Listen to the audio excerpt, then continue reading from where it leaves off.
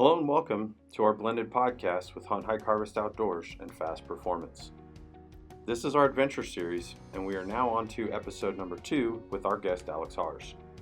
In this episode, we dive deep into all of the preparation that Alex did in terms of physical training to prepare for climbing Mount Everest.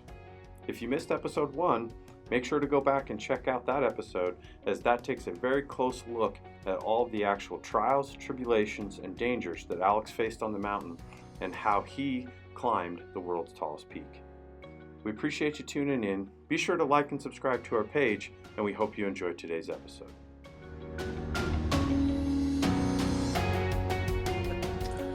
Welcome back to the Fast Performance / H3O podcast. This is our second episode of our blended podcast with world famous mountaineer Alex Harz, who scaled Everest. And in our first episode, we talked a lot about the events that happened on the mountain, his journey from base camp all the way to the summit and back, and some of his trip down to Nepal and seeing the culture down there.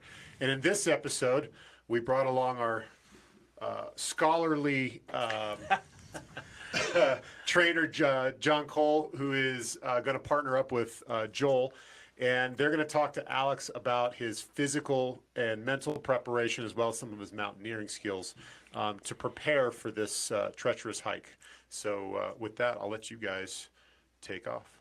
All right. I'm sure you probably have like do you have a whole Rolodex of things that I noticed you brought it. I saw you brought it. First of all, Alex, thanks for coming back. We appreciate it. Absolutely. Like I told Jason last time, it's a pleasure just to hang out with you guys. So anytime we can do that, I'll try to make it happen. That's awesome. I've been editing the first one and getting that prepped, and it's just been like fun to kind of even listen to it again and relive some of the things. And I've told a ton of people about it already, so it's like the anticipation of getting now into some of this stuff is going to be pretty fun too, I think. So Cool.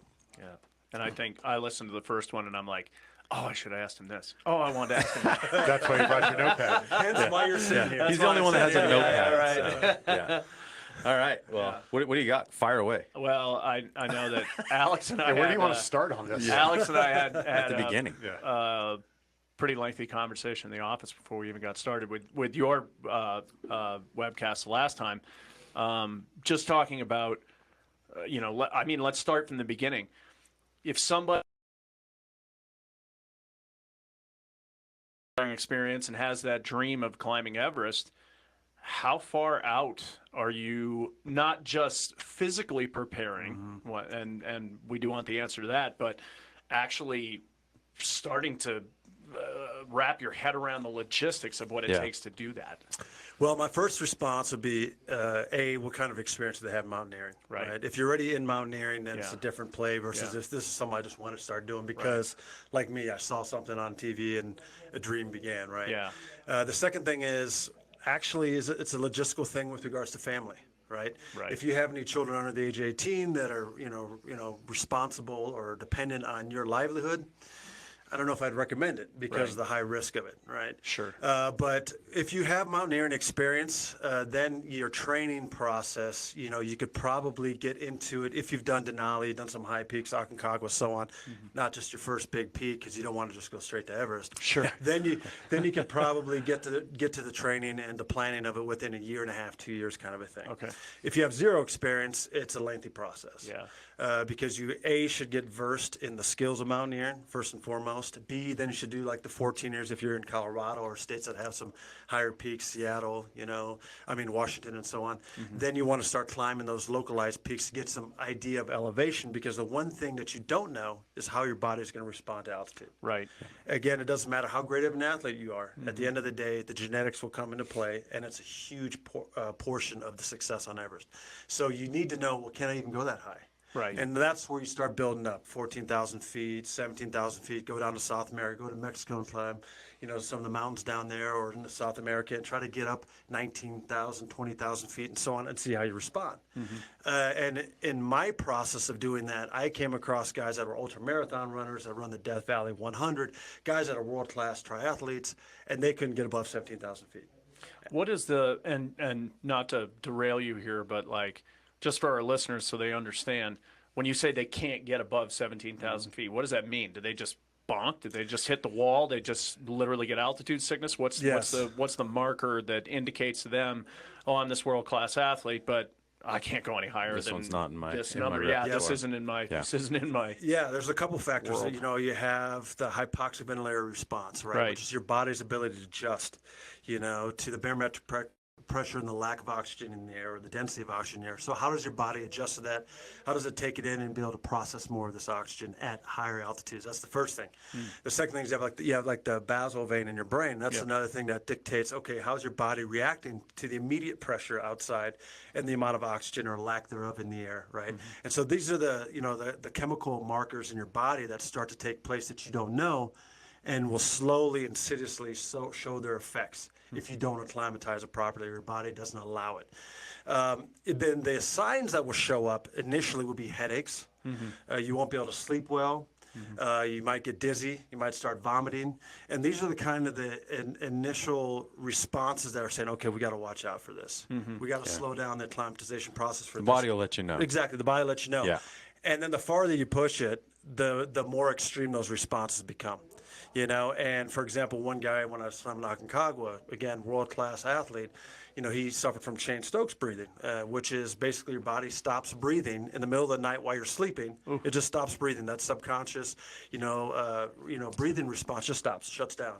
And after 30 seconds to a minute of not taking a breath, you just wake up in a panic, gasping for air. Yeah, it's funny because you said that in the original episode, and it never dawned on me until like you have this almost, to me it was this Hollywood connection where you've seen them show that in a movie where you see someone like all of a sudden jump to, but they've never explained exactly what that is. And so when you said that in the first episode, I'm like, aha, I never heard that until you mentioned it. And literally, some of those movies that depict mountaineering and climbing Everest in these, adventure-based movies, they've shown those things before. And I was like, oh, now I know what that means. Yeah, you can even just visualize it like a Friday the 13th kind of deal, right? Where somebody's having a bad dream, and they come to, and the camera's like right in front of their face, like, oh, so that's how I visualize that happening, but and just that's in real life, right? Instead of a script. Well, and the thing is that if you don't know about this, you're not aware of it, you've never experienced it, it plan freaks for you it. out big time. Oh, I bet it does. Yeah, and it's got to feel like you're drowning.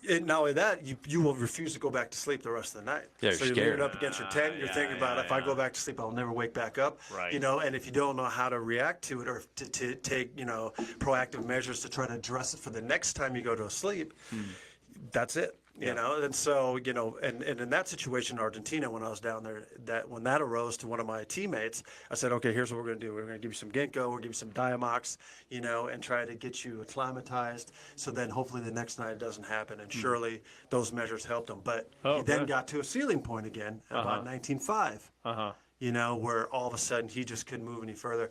And that also then ties in with, the anaerobic threshold and these kind of factors where all of a sudden you just can't go any further because your body is not allowing, your VO2 max is not allowing you to generate or process more oxygen under exercise, under stress, under load.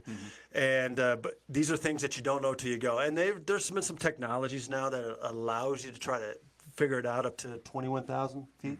Right. You can do altitude training, with masks that restrict the amount of oxygen flow or percentage of oxygen flow to you, or sleep in tents, or canopies that then, have that oxygen density sucked out of it. But that only gets you to a certain point of saying, okay, well, I don't get headaches, I might not be nauseated, I might not puke, and so on, at 21,000 feet or 19,000 feet in a tent environment. That tells you a little bit. But again, once you're working hard and burning 10,000 to 20,000 calories a day, it's a different story. Right? Yeah, it's kind of like a lot of things when we talk about training, where it's like we always try and find ways and methods to create things. But even in, like you said, get into a tented or an acclimatized, you see all these chambers and things like that get made, which are again unbelievably expensive, right? But it's never going to be the exact same, right? You're not taking into account of cold and the amount of effort that you put in at that point to get to there, and the fatigue state that you might be in, and all these other things. Everything but yeah, else. it may give you a window of kind of, experience, but it's not going to replicate for sure. 100%. It can tell you that you're not even have a chance of doing it, but that's it. So it can eliminate the option, say the people that get sick at 17,000, 19,000, 21,000 feet. It can tell you, all right, don't even try it. You're wasting your time. Yeah. But it'll only give you a false sense of, possibility that you might be able to do it. Right. So it can also be a dangerous thing because people say, well, yeah, I sleep in my bed at 21,000 feet and I'm fine. So therefore they think they can just go and, skip, the whole process of working your way up in altitude on mountains and just go straight to 20,000 or 22,000 foot mountain. So I had a question about that when it comes to that, because I know you and I had discussed it, and kind of goes back to, if you read Krakauer's book Into Thin Air and then saw the movie adaptation and everything that's associated with it, it was sort of going back to the glamorization or the tourist factor, the marketing of climbing Everest, and how many people that were without a doubt out of their league, paying an awful lot of money to say that they summited Everest. So do people still okay, if I've got my, $50,000 or $100,000 or whatever it is to climb Everest, are they going through that process of they can even handle that altitude, or are they just plugging into supplemental oxygen from base camp and going all the way up? More that people are becoming, it's a combination of two things. The low-cost operators, right? The localized Nepali operators, for example, that offer low-budget trips, they're less likely to fall into looking at the qualifications of the climber. Okay. What's their experience? What have they done? Right. Are they able to even attempt this feat? Yeah. They're more likely to say, okay, well, we'll take them. Yeah. And we know they're not going to probably get past the ice fall. Right. Or Camp 2 or Camp, 3 at best. Yeah. But it doesn't really matter because they already paid us. Right. So there are some of those operators are out there. Right. But the more responsible operators and the clients that seek those operators, they're more trained and more prepared because they won't even be allowed on the expedition to get the permit. So. Hey guys, we hope you're enjoying today's episode. We want to take a quick moment to thank our sponsors, Pnuma Outdoors, Mio-labs, and Thor Nutrition. Be sure to check out our show notes and take full advantage of exclusive discounts offered to our listeners just for tuning in. Now, back to our show. So yeah, we're talking about the commercialization of Everest, and obviously a lot of people have seen the movies and read Into Thin Air and stuff like that, and you're talking about the level of preparation that you had to go through. How applicable is that to let's say somebody who just has a lot of money and wants to go to a fancy cocktail party and tell everybody that they summited Everest? Well, again, I think it goes in cycles. First and foremost, you can't pay somebody to take you up Everest. You can pay for additional amenities, more oxygen bottles, better base camp tents, better food, this kind of stuff. But at the end of the day, you still got to put one foot after another. Yeah. You can get short roped, and I've seen that where you have a guy on the front of you. Continue taking some load, but at the end of the day, you still got to be able to go to that altitude, and you still got to put one foot in front of the other. Right. So what the money can do, like you said, the cocktail party scenario, it can give you maybe a 10, 15%, maybe 20% advantage. But at the end of the day, you still got to be able to climb the mountain. And so the ones that typically go under that kind of premise, which is not many these days, versus, like you said, during the thin air times, when commercialization of Everest really began. So everyone was trying to go to Everest because this was their chance. Yeah. It's become a lot less. Now, there is also a little bit of a balance between the operators. The more traditional operators that have been going in year out, the ones that are a little bit more expensive, the Western-style operators, they have some requirements that you have to meet. You have to have climbed Denali, you have to have climbed some high peaks, you have to show some aptitude to high-altitude mountaineering, otherwise they're not even going to put you on the permit. They're not even going to give you a chance to go. Okay. Where some of the new low-cost operators that just want to get into the market, they might overlook some of that and let it slide, and then deal with it once you get to the mountain. Okay. Because they will make the final call anyway. Right. So let's say if you can't get above the Khumbu ice fall at 19,700 feet, and that's the end of your expedition, doesn't matter, you already paid up front. Right. It's the end of your expedition. Yeah. Where, you don't pay a percentage of how far you make it. Yeah, it's not based on a percentage. Can I get a refund for that? And so they, some of those operators will just say, okay, that's attrition. Yeah. We get our profit the same out of a guy that's there for 3 weeks versus a guy there that's for 2 months. Yeah. So, it really depends. But I think, the Chinese have put quite a bit of more restrictions on the north side of Everest. So now they're starting to force the fact that you have to have an 8,000 meter peak under your belt or a 26,000 foot peak under your belt before you can apply. The Nepalese government talks about that. Whether or not they'll make that a hard implementation, don't know yet. And that will vary on who's running, the operation down to Kathmandu, and that changes yearly. And it'll also change on, the economics of the mountain itself. Right, right. So getting into, you specifically, right? We talked about Aconcagua, we talked about Denali, those were, I'm assuming, and you can correct me, that those were part of your progression. We talked in episode 1 about I told myself I was going to do this. I got up next day, post-hold a 14er, right, with bad gear and probably terrible intentions. And then, I'm assuming that those were part of your progression, right? From that day, and the realization you said after, I think, the second 14er that you did, you went, I probably better figure some stuff out here, right? 100%. Talk about, number one, I've seen some of these things, and I know some people that have done Boulder Mountaineering Company, out of Utah and some stuff like that, where you begin the processes of understanding some survival skills. You understand how to, navigate better. You learn how to read some things, and talk about the variables that you started to put in place. And, how did you then start prioritizing them? Because concurrently, obviously, you had to start training, which we're going to get to. But, talk about some of the most necessity-based things that process began, where you went, oh, crap, I'm going to have to do a lot more than just work hard at this, because that's a lot of people can work hard. Yeah, after the second 14er, we were kind of pushed into the idea, okay, where can we get some formalized training? Where can we learn about mountaineering versus just showing up in snowboarding gear and post-holing and hopefully make it to the summit, and not know anything about avalanches and, snowfall and all that kind of stuff. So we ended up actually, my mountaineering partner at the time and my mountaineering partner that's done every mountain with me but Everest, we signed up for the Colorado Mountain Club, the CMC. Okay. And that's a great resource. So they have chapters in Boulder. They have one in the Denver chapters in Golden. There's, down south in Springs and so on. So that's a really good resource. And there you start to learn about winter camping, for example, wilderness survival, glacier travel.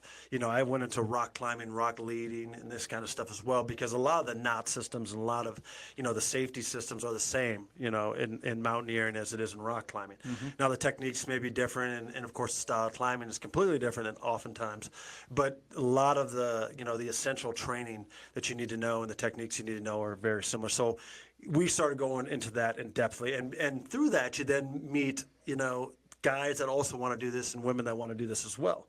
They have the same mutual interest. I want to go do 14ers on the weekend, or I want to go do Mount Rainier, or I want to try Denali one day. And then you start to form a group of people that you go do some of these things with. And that is nice. It's a small fraternity. Exactly. It becomes a small fraternity. Quick. Yeah, and then it also becomes a situation where you can figure out who you can trust your life with. Like this, you just can't say, oh, well, I'm done. Let me just go back to the car and drive away. It doesn't work that way. Yeah. You might be days out. You might be weeks out. You might be, X amount of hours out from getting to a safe place.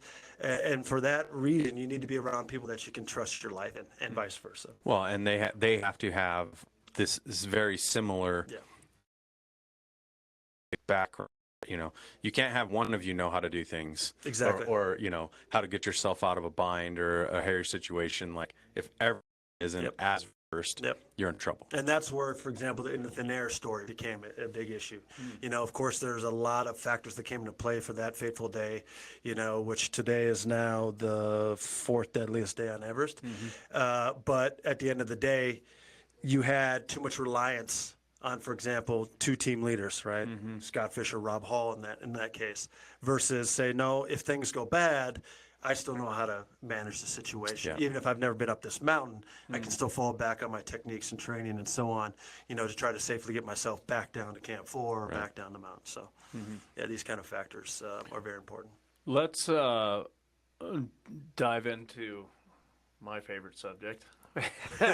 Which is the science behind training for this. And I know you and I discussed offline a little bit, about oxygen deprivation and, how you train the body for that type of thing. I mean, we spend a lot of time talking is it right to train high, sleep low, vice versa, so on and so forth, and sort of the issues that I ran into in the past with training endurance athletes that trained, slept, eat, and do everything else at 7,800 feet.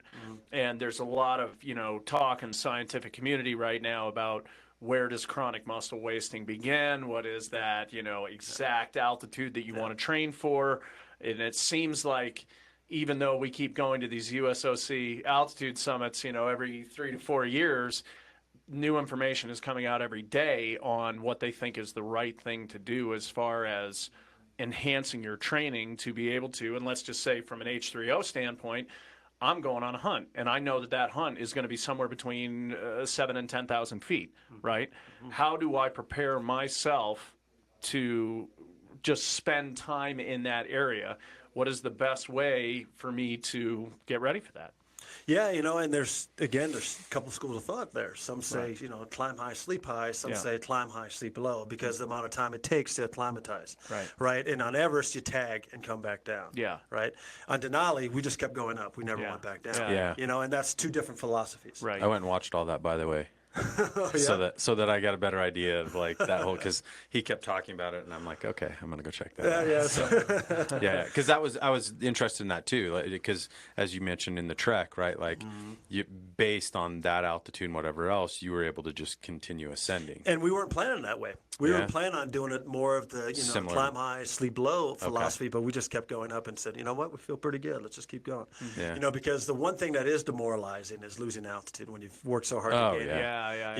And then when you're lugging a lot of weight like a Denali, it's like, I got to cash this, come back down, grab the other half. And, and it's one of those things that, people that like the alpine style, that like to go light and just keep going up, and others that do expedition style that say, no, we're going to shuttle our way almost like a siege of this mountain up this mountain. And so from a hunting perspective, or people that want to train, for example, like for the Leadville race or something like that, I think at the end of the day, because the amount of time you're going to spend up there, I think the best way to do it is spend that time up there. Because you're not going to spend 52 days up there. Sure. And you're not going to get to 17,000 feet, which is a point where you start having the full degradation of your body. Civilizations can't live above 17,000 feet indefinitely. Your immune system shuts down, your digestive system shuts down, your thirst receptors go away, they get suppressed, your hunger receptors get suppressed, and so on, all this stuff that starts to happen inside you. If you're going to that situation, you can't really train for it, so you just got to go do it. But if you're talking about hunting at, let's say, 12,000 feet or lower, or, doing races, cycling races or road races, I would say spend time up at that altitude. Including sleeping at that. Exactly. And what you can do is first go up, have a lunch. Right. So let's say ride your bike up to Leadville, have a lunch up there, take a water break, and then go all the way back down to Copper Mountain for your first trip. Then maybe the next time, okay, let's go spend half a day up there. Right. See how I reacted the first time, base the second time off of that. And then the third time, I'm going to go and actually spend the night up there in Leadville. Because I know that the race crest on my bike race or whatever is going to be at that altitude. Sure. And then okay, at a full day, because above 6 hours is really, it starts to show itself. That after a full day, it's like, okay, I felt okay at 12,000 feet. Now I want to train here, stay here consistently. Same thing goes with the hunting guys that are lugging a lot of weight, so.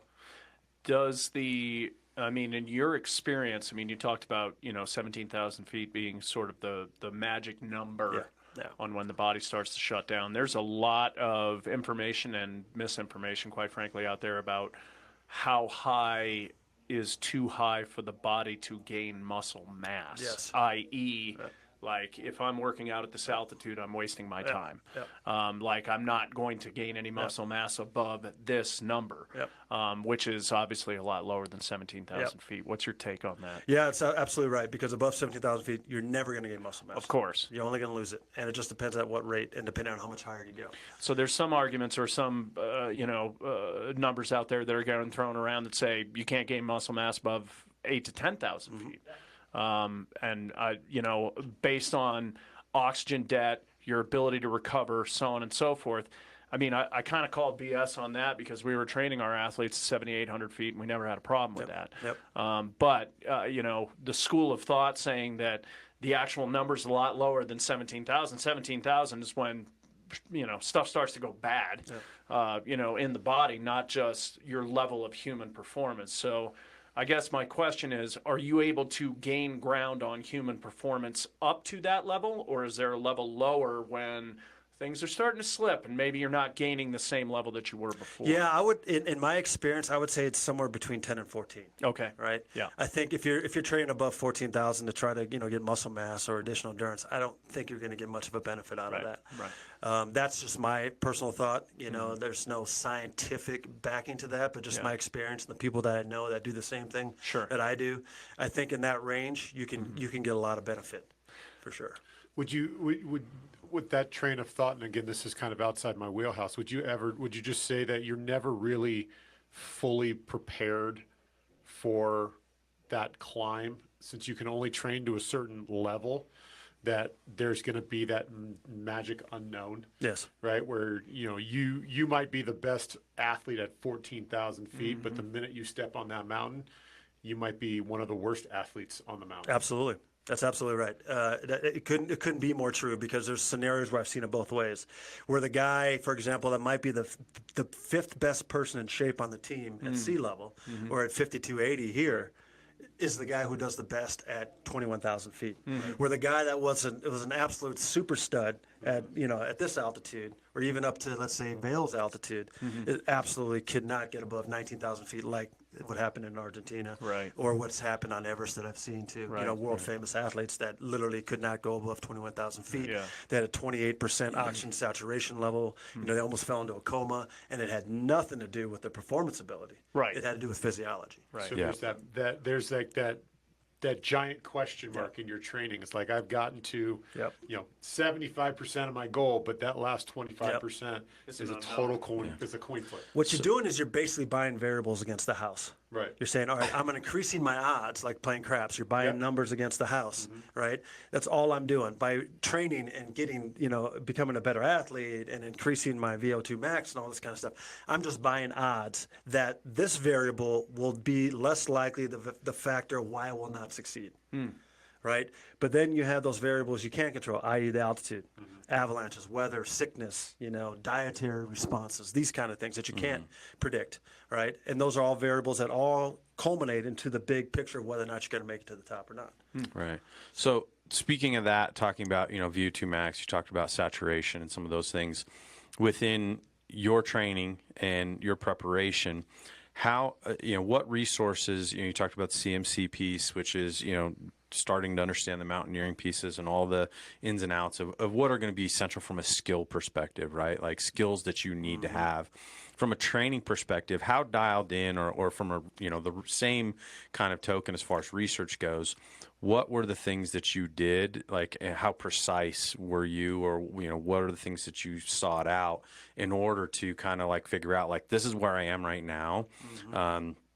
Are there comparables that I need to get to, like with VO2 max or whatever? And as you said, sure, there's factors that are uncontrollable, but did you identify any of those things as you trained to kind of figure out, like, here's where I'm at, and these are, just kind of talk a little bit about that. Yeah, I use most of my training factors and my decisions on how I would progress based on my previous performances on other mountains. So in Aconcagua, Denali, Rainier, and so on.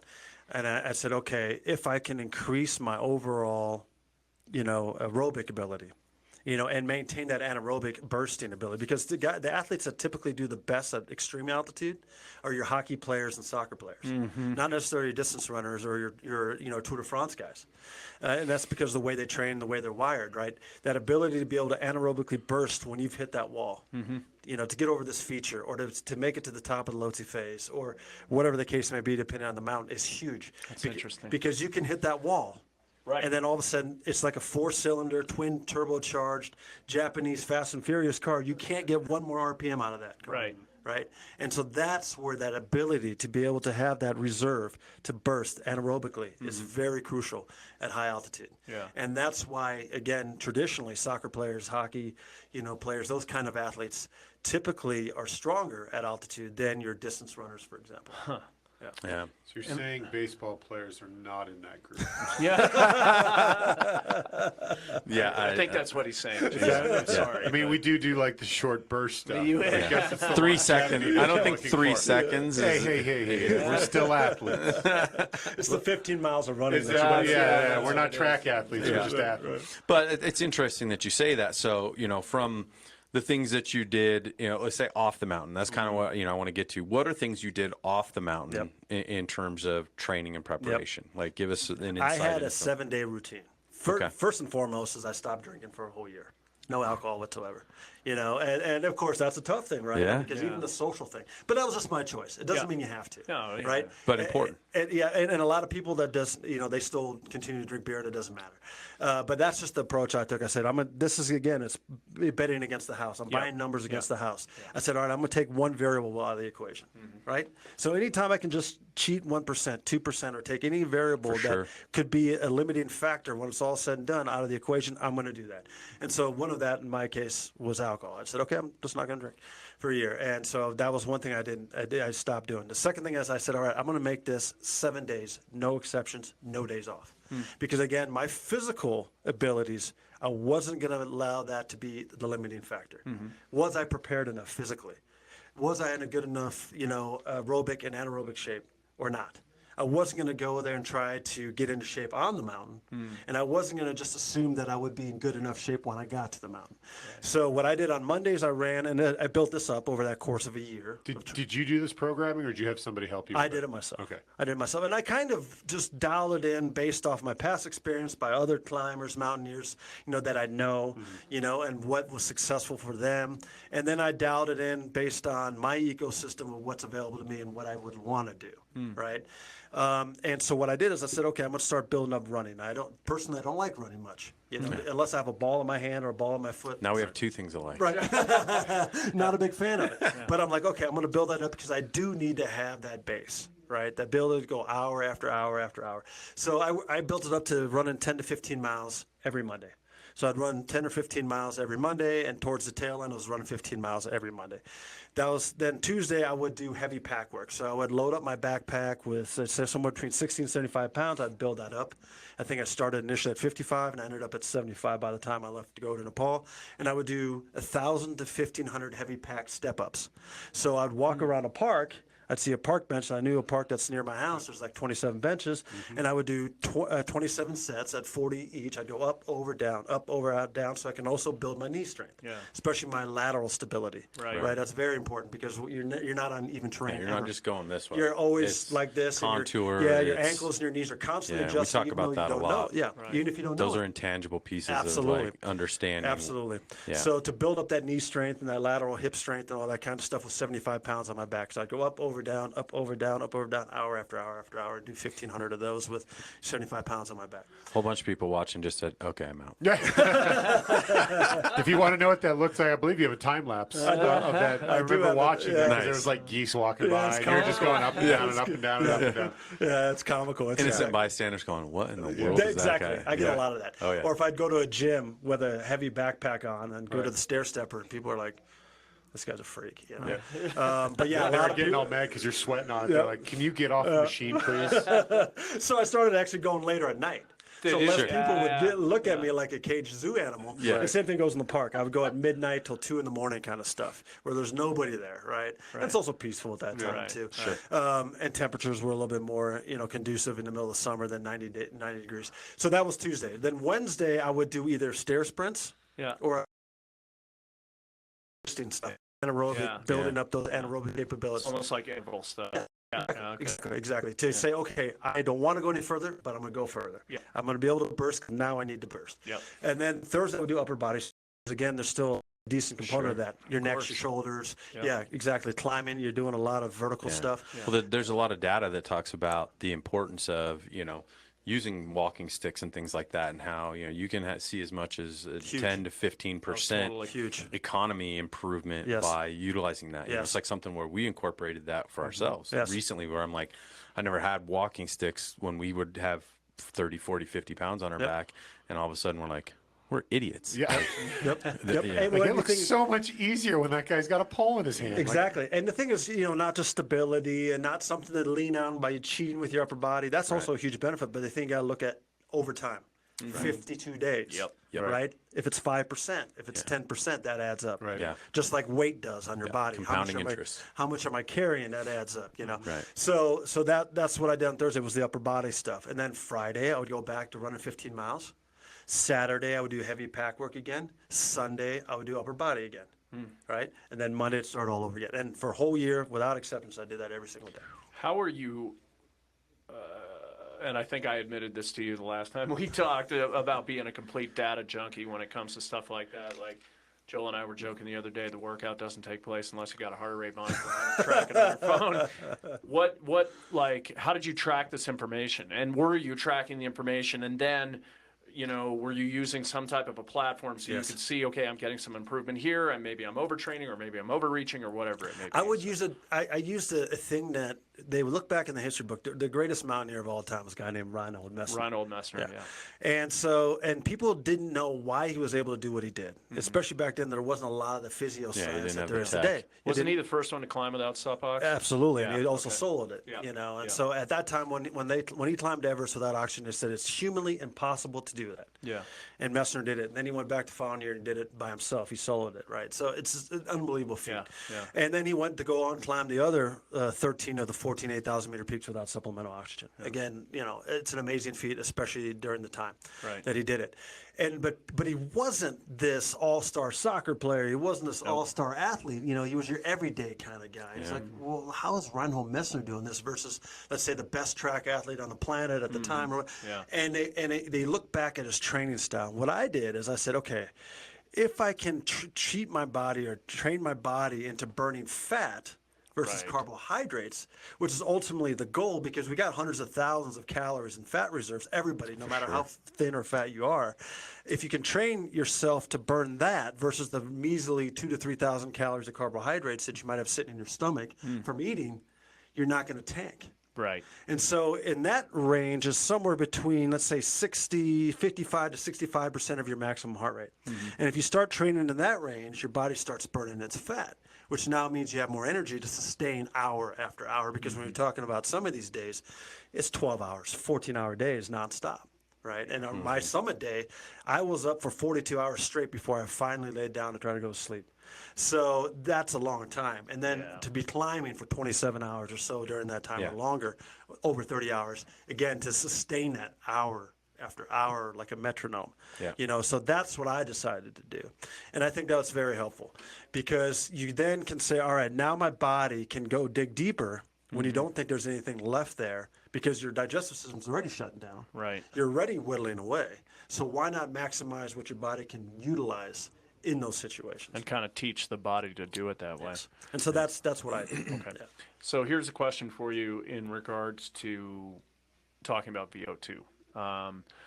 We have there's a lot of, once again, information, misinformation, depending on where you look and who you listen to, so on and so forth, about the genetic gift of VO2, right? Okay, Secretariat was able to run as a horse faster than horses that were bigger than him because he had a bigger heart. Henceforth, he was pushing more blood, yada, yada, yada. There is a lot of people out there that say your VO2 is your number. You can't change that. That is what you are born with. It is genetics. It cannot be modified. Tell me I'm wrong. At altitude, that's... You're wrong. You're absolutely wrong. Because altitude is a I just had this conversation with Rob Hartman the other day. You're wrong. Altitude is a great equalizer. Right. You can't take your VO2 max with you. Yeah. Unfortunately, that's the problem. Yeah. Right. And again, it comes down to that situation, and you don't know until you go. Yeah. So here at sea level, at 5,000 feet, I know I'm in the top 5 percentile because I'm at 83%, 87%, whatever. Right. But at altitude, it's a great equalizer. Right. Yeah. Because there's plenty of people out there that, and I don't subscribe to that theory that that's what you're born with and you can't modify that, but it's also the method in which we track it too. So are we actually looking at the VO2 number, or are we looking at watts per kilo, or are we looking at millimoles of lactate? Yeah, exactly. And those are all the big things that, there are constant discussions out there, especially when we're, working in varying altitudes, working at varying loads all the time. what's the great measurement for that? Yep. How do we, how do we know what that number is? And what is the next step of that, of course, which is in your mind, the most accurate indicator of that, ability to have that work capacity. Did you ever actually have a VO2 like test in any of your preparation? No.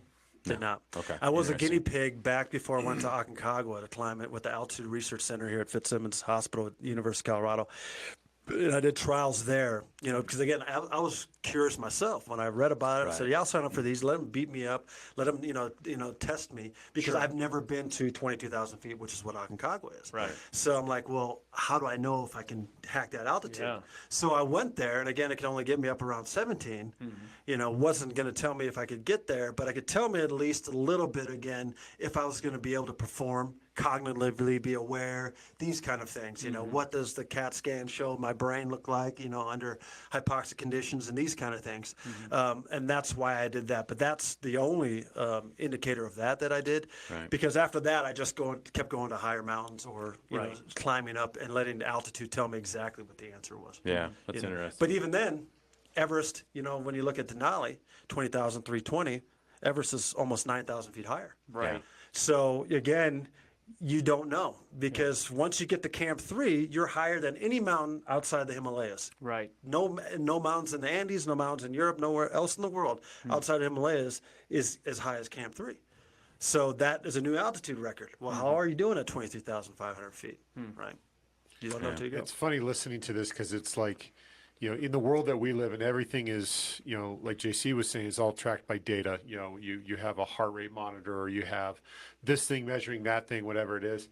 And you just said, screw all that. Like, I'm just going to do it the way the old guys did. That's exactly right. And it just seems super counterintuitive to what a modern person who might be considering doing this, or any mountain for that measure, would be considering. They would be wanting to get as much information as possible about themselves and tracking their workouts and this, that, and the other.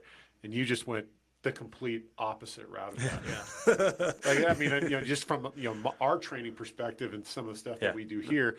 Like I was talking about the other day, we were using a pitch tracking technology for our pitchers, and they're like, "Do you wish you had this?" I'm like, "Hell yeah, I wish I had this." Right? Would it have made my career better?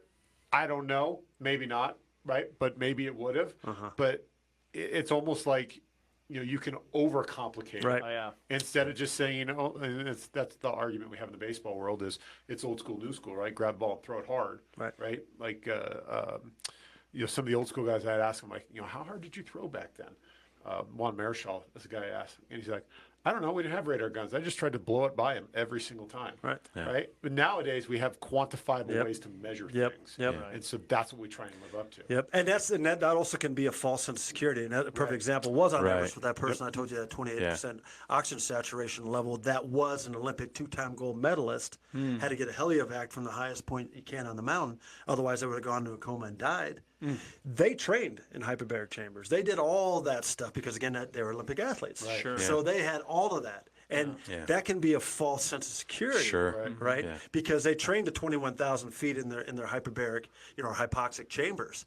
I think it's just a really cool dichotomy to think about that you can still do these amazing feats the way that they used to be done. Right. Right. Like Well, way back in and the also day. too, it is sort of a illumination of the issues that we have in the sports science world today. Right. It's at what point do we overcomplicate everything, right? The, I mean, the KISS method, right? Just keep it simple, stupid. Exactly. And let's go climb a mountain. Yeah. Right. Instead of let's quantify and measure and test and this, that, and the other. Like, no, just get on the mountain and go. But then the other piece that's associated with that is, okay, you accomplished this task and you did it, using very sort of traditional training methods. Now the scientist in me would love to dig in and figure out, okay, what is your VO2? Where how many millimoles of lactate are you pushing at your functional threshold? Are you for a power? freakish athlete or are you just an average athlete? We just dissect you and figure out what's going on in there. Right. Well, I think there's a lot of really interesting things, especially when you talk about this type of endeavor, right? Which is you get a lot of people that, maybe after their high school or college or whatever, want to accomplish tasks. You know, we talk about this all the time. People are like, oh, like so and so ran a marathon, and I go, well, fat people finish marathons every day. So that's you know, there's an ability, and what a lot of people, what we find out a lot is that there are a ton of circumstances where, as you've mentioned, your inherent genetic or physiological makeup or whatever, you either find a way to tap into it, you find something that maybe you're good at, or you essentially train your way into some of these endeavors that, yes, there's a component of, we'll say, athleticism, but there's more a component of being able to learn how to do these things, being able to start training your way into doing them.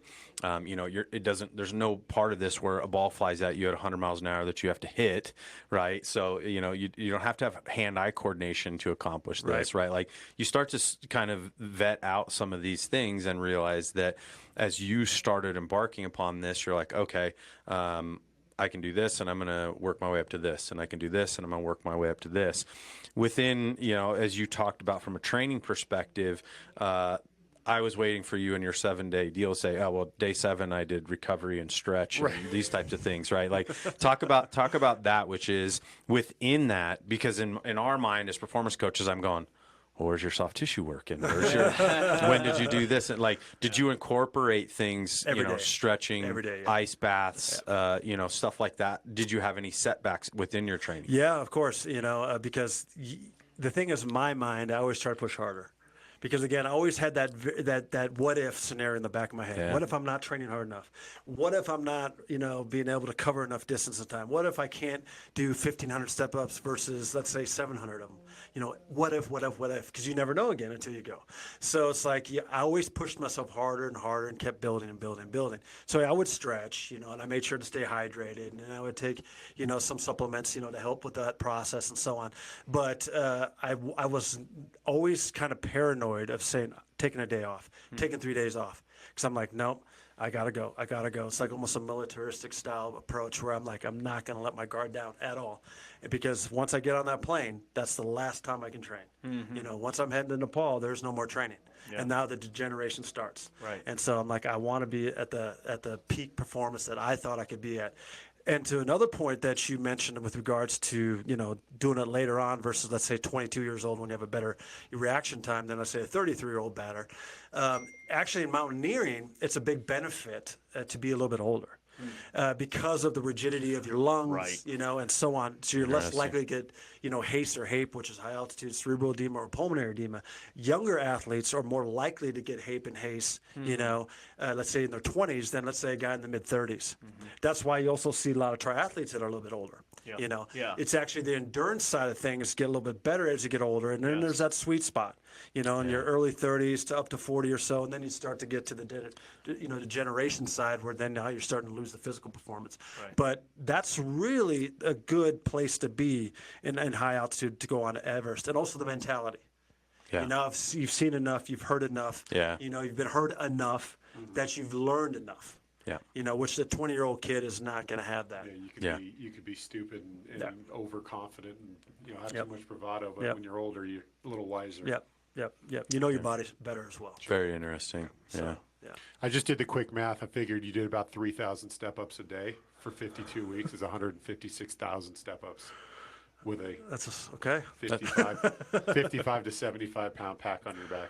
That's Who's signing up? Yeah. So then the question becomes, did you take 156,000 steps on the mountain? From the start of Lukla to the summit, I wish I would have calculated. I was going to do that, but I was so involved in filming too that I couldn't just focus on that. If I was just going to climb and do the physio geek stuff, I would have totally done that. Oh, of course. But yeah, I think I did more than that for sure. You didn't have a pedometer in your pocket? Yeah, the thing is, exactly. But then it's based off the battery of my cell phone, for example, right? Well, and I think that there's also other parts of that too, right? Which is you can only do so much. If you wanted to collect or find that kind of data, it'd been like your mission is you're trying to capture and film and everything. Someone else's mission is let's collect data. Yeah, right. Like if you take on too much, and again, you mentioned it in the first one, you're like, there's no moment at all from the minute you step on the mountain where you can let your guard down. Right. And if you create too many distractions, if you create too many things for you to worry about, then again, that becomes a hazard, right? Yep. So, very, very interesting. Yeah, it's amazing. I'm like, this is. Well, can we get another hour? Whatever you guys want to do. We got a little bit of time still. So, when Joel mentioned it a little bit, setbacks in your training. I mean, was it injury? Was it cumulative fatigue? Was it Cumulative fatigue more? Yeah, Would be okay, it. So okay. let's say when I'm running 15 miles, and all of a sudden one day I'm running at the 13th mile, it's like, oh, there's my hammy. Yeah. I feel it. I'm starting tendonitis, any of that kind of stuff. Yeah, exactly. Or then when I got back, right before I got the stretching, there's that lactic acid build in my calves. Yep. That kind of Yeah. stuff. Because the day before I did the 1,500 step-ups, right? Right. And now I'm running 15 miles, and so I'm really, really pumping it. And there was some of that. But so what I did is I just morphed the muscle group that I could then focus on. So okay, fine, my calves hurt really bad to the point where it's counterproductive to do 1,500 step-ups a day or to do wind sprints, or to run stairs, right? So instead, let's just do quad-based leg sleds, that kind of stuff. All right, fine, I can cheat it here. So you I did you did a little adapting. I did. Okay, I So you improvised. didn't do 156,000 steps. There wasn't a day that I missed my path. We'll stay with that number. That's Yeah. awesome. So- Now, within taking that, you did a year's worth of Yeah. that, right?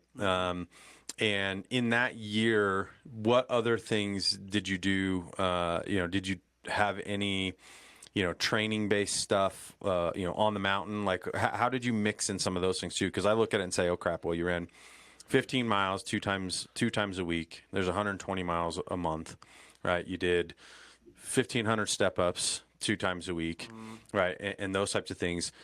Outside of that, because to me, I'm looking at it going, well, that seems like enough. But I'm sure there were also, in conjunction with that, Yep. what else did you do on the hill, on the mountain? Did you do practice in terms Yep. of emergency situations and those types of things? So then what you do is you take the pack and you say, okay, let's go get some elevation under my belt, right? And so you go to like Mount Morrison, which is accessible close to Denver, but you get a good vertical in a short distance. This instead of doing, stairs right now, or after I want stairs, let's go to Morrison first or vice versa, and actually get to some of the altitude, under my belt, not just at 5280 the whole time. So on the weekends, when I would go up on my heavy pack days, I would sometimes go in the mountains and do that kind of stuff, to actually get up onto the practical side of what a mountain is versus what a gym is versus what a park bench is or whatever, or a set of stairs. I would mix that in as well. Yeah. I think Joel, for when we get an animal down in the woods Yes. to help us pack it out. Speed dial. Right And I here. think, you just keep your Hey, phone Alex. keep it plugged in and powered on in Yeah. the month of September. Yeah, we got to get that. Okay. You might get a phone call. Hey, We got to get that in reach. Yeah, right. Hey, So- I need you to drive out here. We got a 1,500 foot hike to get out. 80-pound pack of meat. Yeah. Well, I talked to or saw some stuff from Mark over the weekend, and they just did the Frank Church thing, and they did 30,000 feet up and down in 3 days. Yeah. Wow. It's called the death hike for a reason. Yeah. I bet it Yeah. is. Yeah. So I'm excited to hear Yeah. to hear about that one. But that's a lot of elevation. Yeah. Oh, yeah. Yeah. So Yeah, and the thing is, if you continue to go higher, that's the bigger issue, right? If you get to a ceiling point, you keep doing this, Yeah. it's very difficult, but physiologically, you're capable of doing that. Right. If you're trying to do 30,000 feet of elevation as you're progressing up a mountain, and going just back down a couple times in a couple of days, that's So one thing we haven't talked about yet. So in the first episode, we were talking about your experience up there, and your brother actually reminded me that you actually got sick on the mountain. did. So how did that affect how long were you sick for? And then two, how did that affect your body in terms of fighting that sickness and then recovering from it to continue your climb? Yeah, it was brutal. It happened during our second rotation when we tried to get to Camp 3 at 23,600 feet, which again, above that, you can't acclimatize anymore, can't produce any more red blood cells, so there's no reason to go any higher. again, it's the limiting factor thing that you talked about. Can't go any higher until you go for the summit. There's no point to it. It's just defeatist. And it was during that rotation. I got super bad flu/pneumonia during that process. And I get to the base of the Lhotse face, which is this 5,000-foot objective that blocks you between Camp 2 and Camp 4. And you have to climb this 5,000-foot wall of ice. And Camp 3 is halfway up that, And so you get there, and you're looking up at this beast, and I'm talking to Ryan and Tashi. Ryan was our expedition leader, a good friend of mine, and Tashi, another good friend of mine, who was our Sirdar, the head Sherpa. And they stood there, and they wanted to stop me from trying to go up that face to tag Camp 3 because I was so sick. They said, just go back to the tents, go lay down in your sleeping bag, come back up a week later to try to tag that elevation when some of our Sherpa guys are going up there to move some supplies or something. I said, no, I'm not going to burden anybody. I'm standing here. I'm going to try it. And that was absolutely brutal. But I made my way to Camp 3, and sat down, had some water, and went back down shortly thereafter. And then we went all the way back down to base camp to wait now for our summit push. But I was sick for about 13 days. Oh. So, and they were talking about flying me all the way back to Kathmandu on a helicopter to get to low altitude because, again, your immune system is absolutely compromised. Yeah. So you're not going to get better. But I'm like, no, I'm here. I'm not going to burden anybody. I'm going to gut it out, and we'll see what happens. Right. And luckily, I guess, was to my favor was that our original summit day was supposed to be the 18th of May. We pushed it back to the 21st because some of our team members got sick, and we had to helivac somebody to Kathmandu. One of our Sherpas got sick, and so on. That the way it worked out, we got 3 extra days before we went to the summit, because the weather's conditions were changing as well. And I think that 3 days helped when it was time to go. And but yeah, I was sick for a long time. And did I fully recover? Probably not. A lot of it was mind over matter at that point because I had a goal in hand that I had to achieve because, again, I had cameras to document this stuff as well, not just to personally achieve a goal. And but it was absolutely the sickest I've ever been in my life. So did you have medication that you were taking, like just Advil or something? I mean, because like I said, your body's not really fighting anything. So are you just popping Theraflus? Okay, that's it. Right. Staying hydrated. Popping Theraflus, popping vitamins. My daily regimen on a mountain is that I established back on Rainier. I've been using that ever since, and it's just my regimen. And part of that, I just would inundate. Okay, let's do some Dayquil, some NyQuil stuff. But yeah, I mean, if you're talking about feeling like hell, that's what feeling like hell is like. Because at altitude, it's just magnified. It's magnified. Yeah, it's I bad. can only imagine. But knock on wood, I came back with 10 fingers and 10 toes, and I made it. So. And nose. Yeah, right. So very cool. Well, I think as with round one, we probably could continue for hours more. Definitely, it gives a lot of insight as to the things you did beforehand, right? Like we kind of prefaced it by talking about the trek itself, and now we're kind of like reverse engineering this into, all right, now what did you do? And then I think, in episode 3, we kind of want to like pull this whole thing together, right? Which is talk more about, the Quest Everest piece and the utilization and the sharing of it and some retrospect. I think that's going to be the goal with that, which is, how is this now, you can now look back on this and go, okay, that was, obviously a life kind of altering event to be able to say you did, and how is it now moving forward for you, which I think is going to be really cool. Well, and I think it's applicable to what you guys do and your guys' clients that you have, is because it's about conquering your own Everest.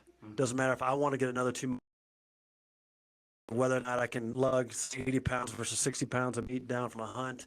You're talking about running, up at, Leadville or high altitudes, getting ready for the Olympics or whatever the case may be. It's not about climbing Everest. It's about conquering your own Everest. And whatever that Everest is that you set in your life, these factors that you can take from this in order to conquer your own Everest. And those are the things that I think that are very applicable as well, because you have to go 20% harder than you've ever gone in order to make it to the top. But that also can kill you. Yep. Right. Same thing goes if I want to make the Olympics. Well, then I can also get to a point where I now hurt myself so bad that I missed my window for the Olympics. Yeah. Same kind of a thing. Yeah, most definitely. That was like super profound right there. Yeah. I want to go exercise or something. We I should. want to go conquer my own Everest. There you Yeah, go. yeah. Because So I certainly need to. yeah, without question. So, well, very cool. Thank you so much again. We're, like I said, I think the questions could continue flying, and we're going to ask and put together a few more for you. If you'll have another hour of your time, we can steal a little bit more of it. Well, but he already has to because we've already teased this as a 3-part this series. is true. We've only Yeah. shot 2 of these. Yeah. So, and we aren't doing these in succession like we spent a whole day in here. Like, we aren't actually forcing him or asking him to come back. So, It's a good thing you don't live far from here. Yeah. So thankfully, because we'd be broke already if we had to fly you in for all this. So our budget's pretty low. Well, I greatly appreciate your time, guys. It's my pleasure hanging out with you for sure. Yeah, awesome. Well, we'll look forward to episode number 3. We hope you guys enjoyed today, and on to the next. Off we go. Off we go. Thanks for watching and listening.